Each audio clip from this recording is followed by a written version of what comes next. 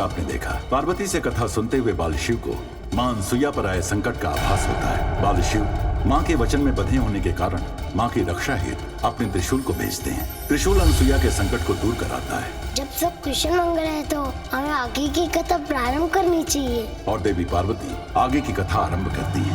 सती सीता का रूप धारण कर शिव के हृदय में बसने वाले श्री राम की परीक्षा लेने रामेश्वरम पहुंचती हैं। दूसरी ओर नंदी ये सूचना महादेव को देते हैं। क्या सती श्री राम की परीक्षा लेने में सफल होंगी और क्या होगी इस पर महादेव की प्रतिक्रिया? क्या इस कथा से स्मरण करा पाएंगी देवी पार्वती बाल शिव को उनका वास्तविक स्वरूप? देखते हैं आगे। सती को अब अपनी अपूर्णता का परिणाम भुगतना होगा।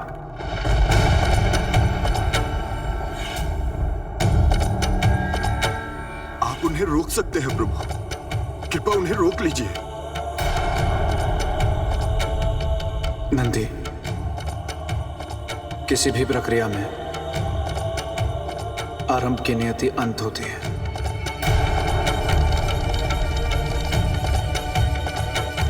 सती ने जिस प्रक्रिया का आरंभ किया है उसका अंत उसे देखना होगा।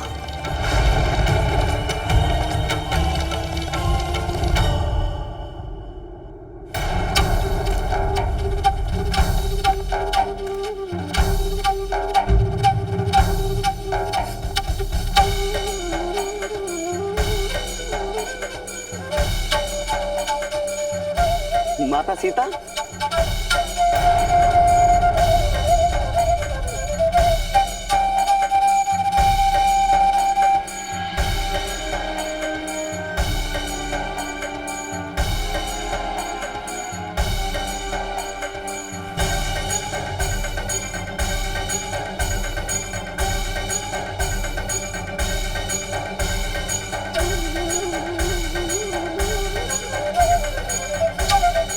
प्रणाम माता आदिशक्ति।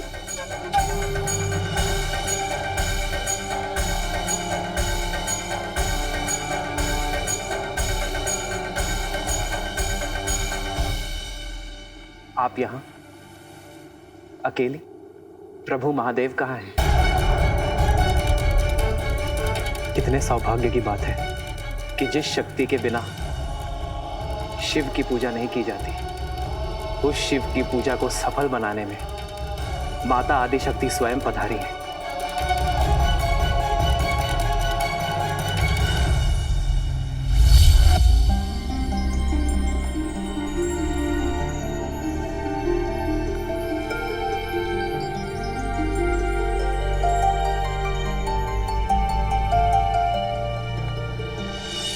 आपका सीता से शीघ्र मिलन हो।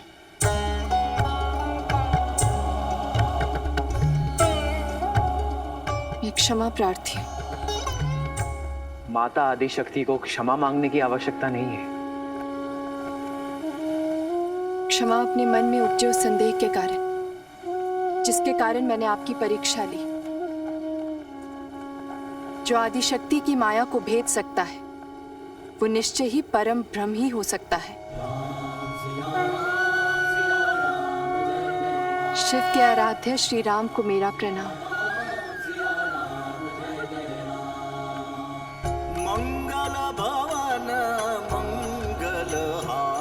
और शिव मेरे आराध्य है माता।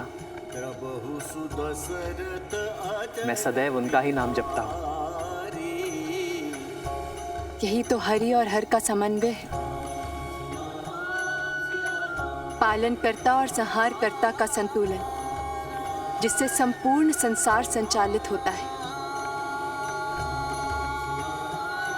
आज मैं यहाँ से एक दिव्य ज्ञान लेकर जा रही हूँ। आज्ञा दीजिए।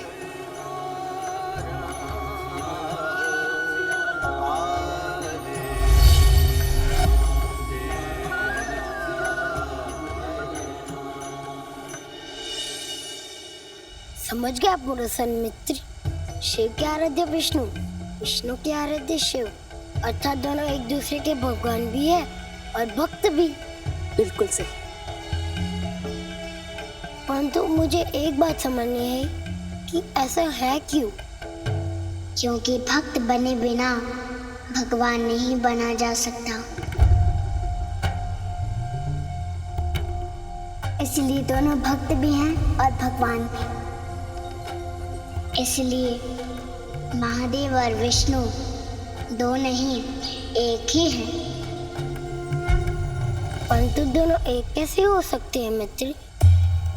माता ने तो बताया है कि विष्णु का कार्य संचालन और पालन है तथा शिव का कार्य संहार।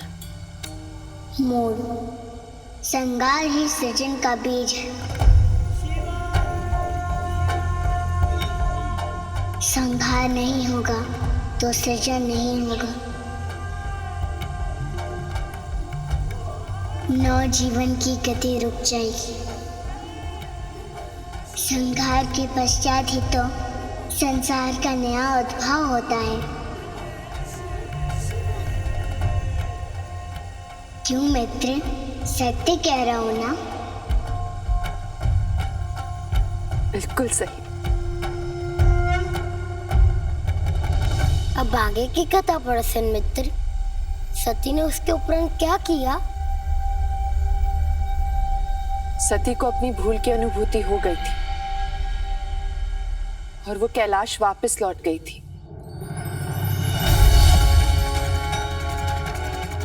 और कैलाश में शिव क्रोध में थे और प्रतीक्षारत थे।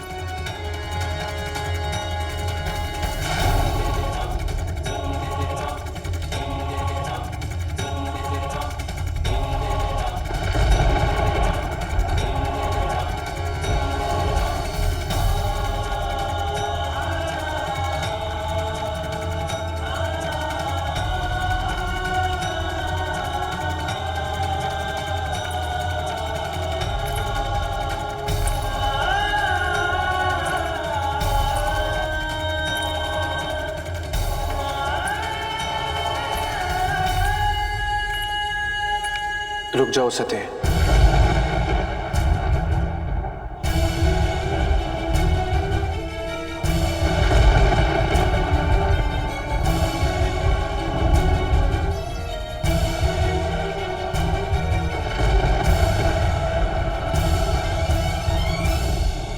अब तुम यहां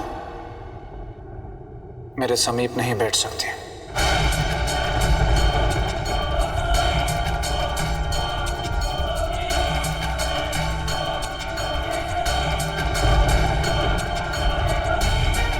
मेरे वामांगी होने का अधिकार तुम खो चुके हो।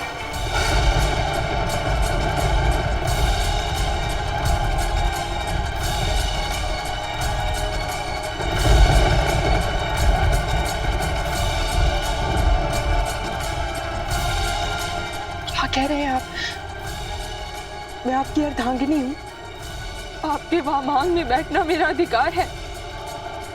मुझे पीड़ा हो रही है इस बात को कहते हुए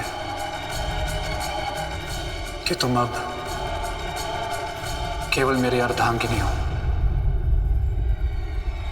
वामांगी नहीं।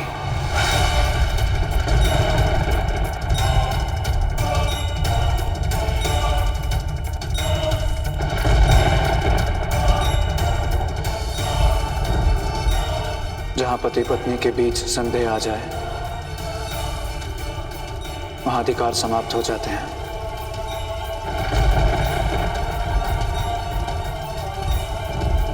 मेरे स्पष्टीकरण देने के पश्चात भी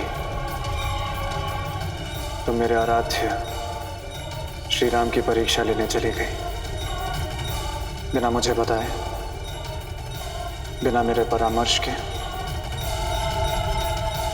और बिना मेरी आज्ञा के। नारी हूं, संदेहशील होना एक नारी की प्रवृत्ति होती है। अज्ञानतावश भूल कर बैठी शिव, वो अब एक छोटी सी भूल के कारण अपनी सती को इतना बड़ा दंड देंगे कि उसे उसके स्थान से हटा देंगे। नहीं शिव, नहीं, आपकी सती इतनी भी अयोग्य नहीं है।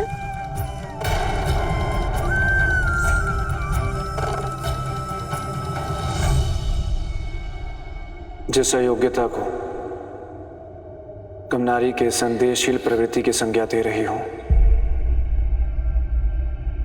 वो सामान्य स्त्री के लिए तो स्वीकार्य है, परंतु तुम्हारे लिए नहीं। तुम आदि शक्ति हो,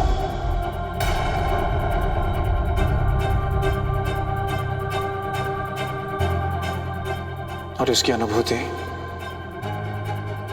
मैंने स्वयं तुमको कराई।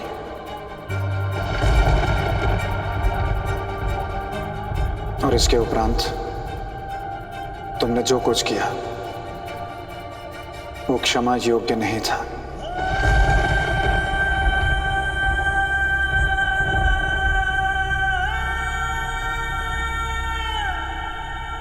तुमने मेरे आराध्य, मेरे प्रभु श्री राम की परीक्षा लेने का दुस्साहस किया।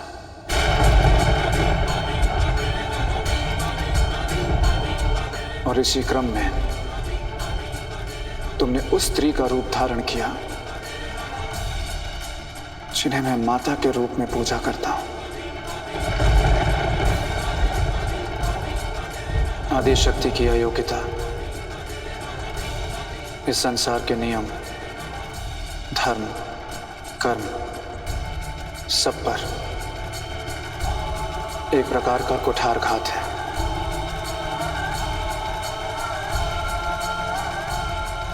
तुम प्रकृति हो सती,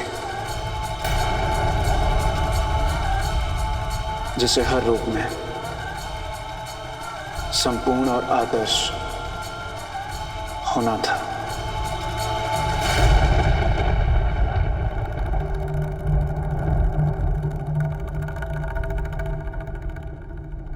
जब तक तुम मात्र दक्ष की पुत्री थी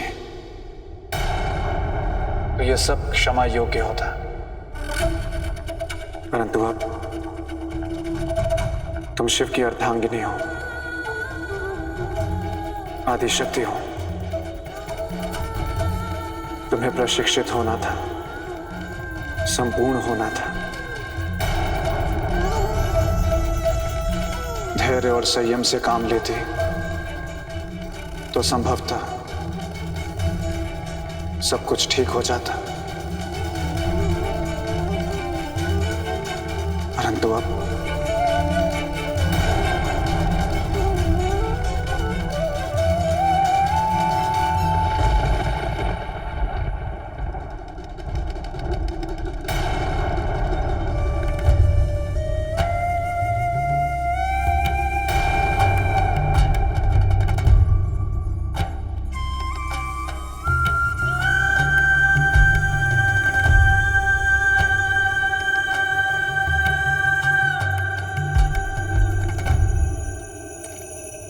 आपकी आदि शक्ति होने से पूर्व मैं एक स्त्री हूँ, एक नवविवाहिता स्त्री, जिसने संपूर्ण संसार के समक्ष अपने पिता के विरुद्ध जाकर आपसे विवाह किया,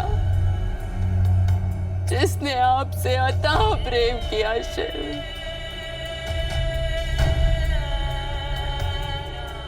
और अपना सब कुछ त्याग कर आपके साथ यहाँ चली आई। और आपने क्या किया? एक छोटी सी भूल के कारण मुझे मेरे वामांगी होने के अधिकार से हटा दिया।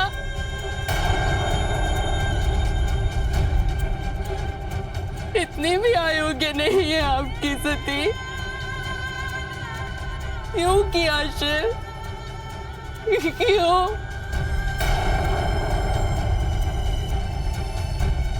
क्यों किया?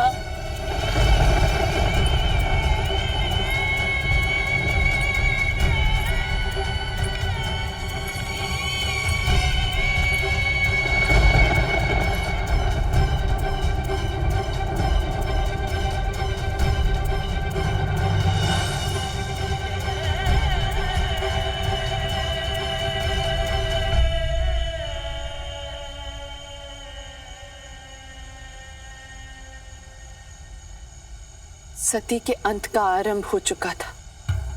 अंत? कैसा अंत? आप कैसे अंत की बात कर रही हैं मित्र? उस प्रेम कथा के पहले चरण का अंत, जो शिव और सती के प्रेम के रूप में आरंभ हुआ था।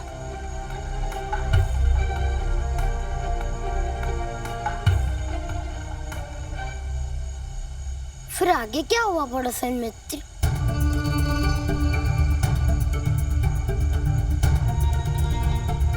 आगे की कथा कल सुनाऊंगी। परंतु क्यों पड़ोसन मित्र? कथा नहीं सुनेगी तो माता के आने से पहले कथा समाप्त कैसे होगी? मित्र शिव, बोलो ना पड़ोसन मित्र को। रात्रि अधिक हो चुकी है, शयन का समय। बाकी की कथा कल प्रातः काल सुनाऊंगी।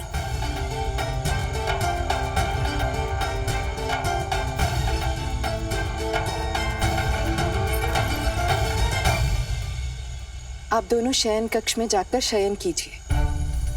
विजया,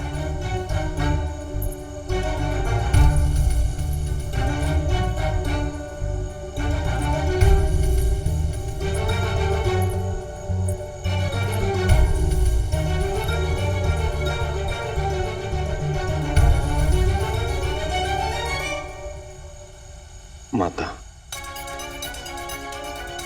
देवी अनुसुईया और प्रभु का जुड़ाव बहुत गहरा है। कष्ट देवी अनुसुईया को होता है और पीड़ा का अनुभव प्रभु को। मुझे नहीं लगता कि अब प्रभु कभी भी यहां से कैलाश वापस जाएंगे।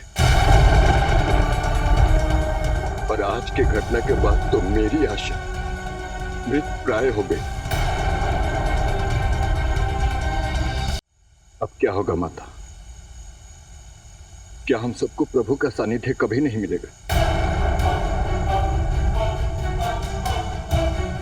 अब तो देवी अनुसुईया के कथनानुसार प्रभु के यहां आना भी बंद हो जाएगा। और उनके आने तक यदि कथा पूरी नहीं हुई तो आपकी कथा भी अधूरी रह जाएगी माता। और कथा पूरी नहीं होगी तो प्रभु की स्मृति भी वापस नहीं लौटेगी माता। फिर हम सब प्रभु के दर्शन को तरस जाएंगे माता।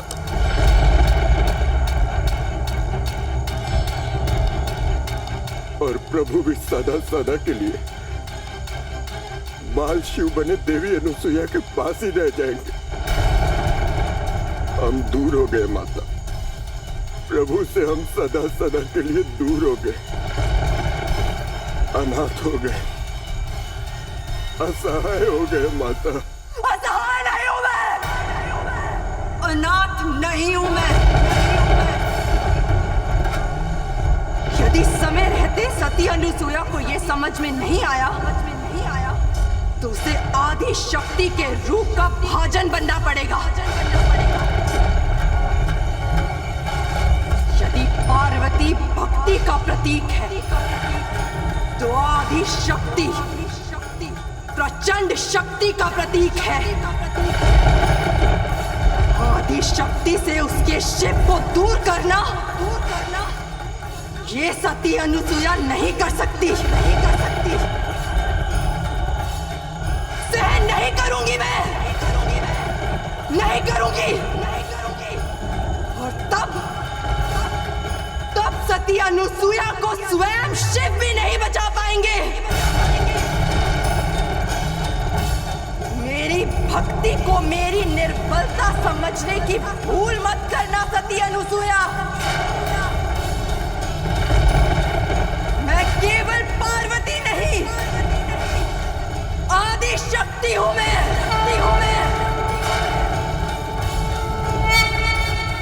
शिव की शक्ति हूं।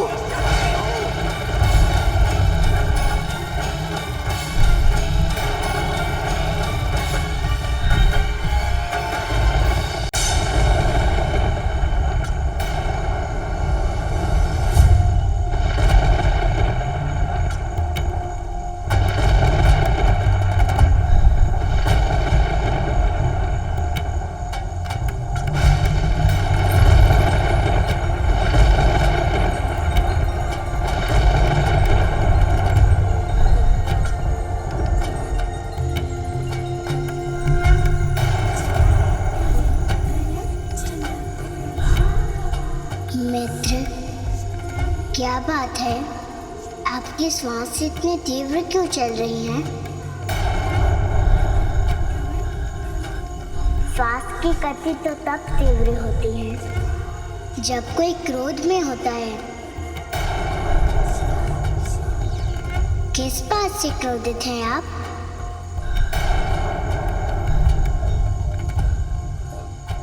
आप भी क्रोध त्याग दीजिए मित्र, और मुझे बताइए अपने क्रोध का कारण। हो सकता है उसका निदान करने में मैं आपकी कोई सहायता कर सकूं। मित्र, आप क्यों बताइए, क्यों है ये इतने क्रोध में?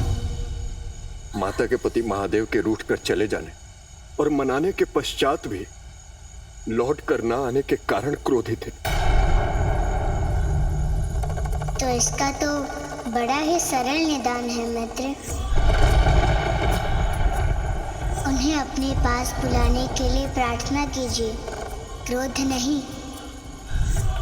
क्रोध से दूरी बढ़ती है,